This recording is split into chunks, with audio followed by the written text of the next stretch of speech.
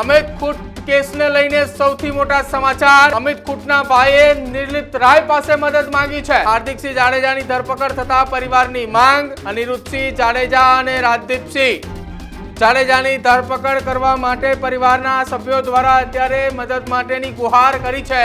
પીપળા ગામના petrol pump ઉપર થયેલા ફાયરિંગના આરોપી હાર્દિકસિંહને 20 દિવસમાં જો પોલીસ પકડી લેતી હોય તો મારા ભાઈના આરોપીને 3 મહિનાથી ઉપરનો સમય થઈ ગયેલો છે।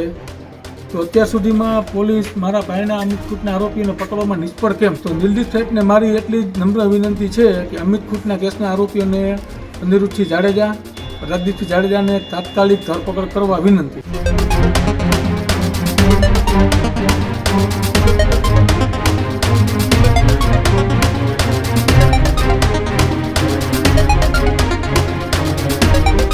નમસ્કાર, આપ જોઈ રહ્યા છો ન્યૂઝરૂમ ને આપની સાથે હું છું પ્રદીપ। સમાચાર ગોંડલના રીબડાથી સામે આવી રહ્યા છે કે જ્યાં રીબડામાં અમિત ખૂટના કેસના મામલાની અંદર પોલીસની કાર્યવાહી સામે સવાલો ઉઠાવતા અમિત ખૂટના પરિવારોએ હવે પોલીસની મદદ માંગી છે।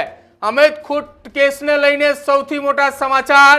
અમિત ખૂટના ભાઈએ નિર્લિપ્ત રાય પાસે મદદ માંગી છે। એસએમસીના વડા નિર્લિપ્ત રાય પાસેથી પરિવારના સભ્યોએ મદદ માંગી છે। હાર્દિકસિંહ જાડેજાની ધરપકડ થતા પરિવારની માંગ। 20 દિવસ પહેલા ફાયરિંગના આરોપીને ઝડપતા પરિવારના સભ્યો દ્વારા નિર્લિપ્ત રાયની પાસે મદદ માંગી છે। અમિત ખૂટ કેસમાં આરોપીઓની ધરપકડ માટે પરિવારના સભ્યોએ માંગ કરી છે। અનિરુદ્ધસિંહ જાડેજા અને રાજદીપસિંહ જાડેજાની ધરપકડ કરવા માટે પરિવારના સભ્યો દ્વારા અત્યારે મદદ માટેની ગુહાર કરી છે। પરિવારે સ્ટેટ મોનિટરિંગ સેલના વડા નિર્લિપ્ત રાયની મદદ માંગી છે। આપને જણાવી દઈએ કે આજથી લગભગ 20-22 દિવસ પહેલા જ રીબડાના અનિરુદ્ધસિંહ જાડેજાના પેટ્રોલ પંપ પર એક ફાયરિંગની ઘટના બની હતી। ફાયરિંગની ઘટના બનતાની સાથે જ આરોપીઓને ઝડપી પાડવા માટે રાજકોટ લોકલ ક્રાઇમ બ્રાન્ચ એલસીબીની ટીમ દ્વારા તત્કાલે ગણતરીના 7 થી 8 દિવસની અંદર ફાયરિંગ કરનાર અને તેની મદદગારીમાં આવેલા તમામ 4 શખ્સોની ધરપકડ કરી હતી। જો કે સ્ટેટ મોનિટરિંગ સેલની ટીમે હાર્દિકસિંહ જાડેજાની ધરપકડ કેરળ ખાતેથી કરી છે કે જેને આખી આ ઘટનામાં ફાયરિંગની જવાબદારી લીધી હતી।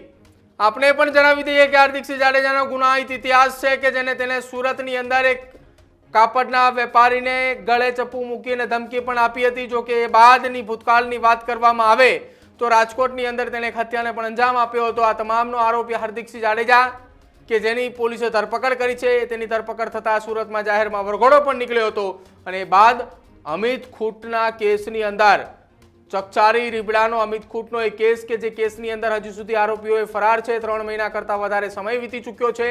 તો હવે પરિવારે સ્ટેટ મોનિટરિંગ સેલના વડા નિર્લિપ્ત રાય પાસે મદદ માંગીને કહ્યું છે કે જે તમારી ટીમે આખી આ ઘટનાની અંદર ગણતરીના દિવસોમાં 20 દિવસમાં આરોપી હાર્દિકસિંહ જાડેજાની ધરપકડ થઈ છે તો મારા ભાઈના એ આરોપીઓ કે જેમની સામે આખી આ ઘટનામાં કેસ નોંધાયેલો છે જેમાં 2 મુખ્ય આરોપી કે જે હાલ ફરાર છે અનિરુદ્ધસિંહ અને રાજદીપસિંહ તેની ધરપકડ કરવા માટે મદદની ગુહાર અમિત ખૂટના ભાઈ દ્વારા લગાવવામાં આવી છે।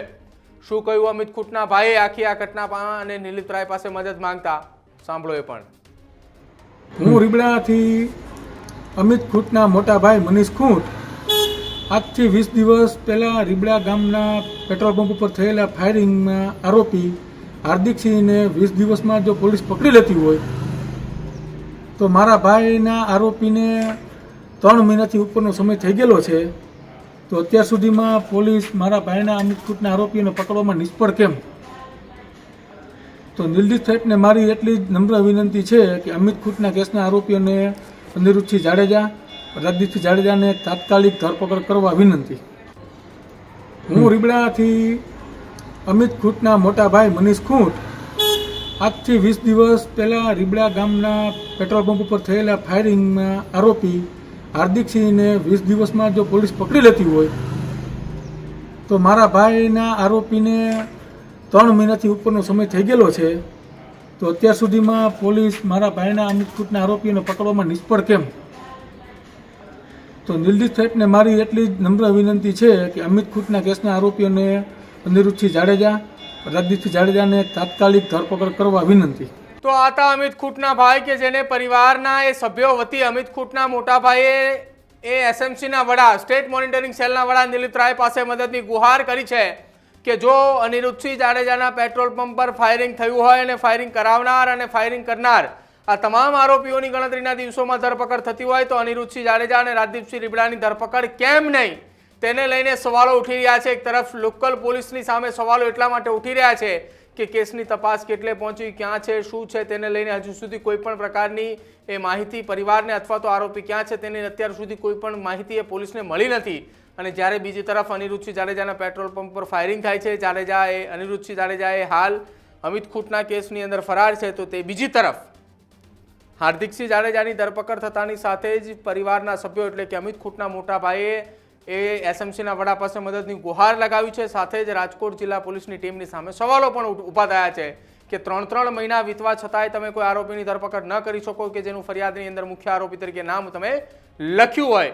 બીજી તરફ એસએમસીની ટીમ એ 20 દિવસની અંદર કોઈ જગ્યાએથી આરોપીઓને લઈને આવે છે તો પરિવારના સભ્યો એસએમસી પાસે ન્યાયની માંગ કરી રહ્યા છે, આશા રાખી રહ્યા છે કે આ કેસની અંદર 3 મહિના કરતાં પણ વધારે સમય થઈ ચૂક્યો છે તો અમિત ખૂંટના કેસની અંદર મુખ્ય આરોપીની ધરપકડ કરવા માટે દિલીપ રાય મદદે આવે તેવી પરિવારની ગુહાર છે.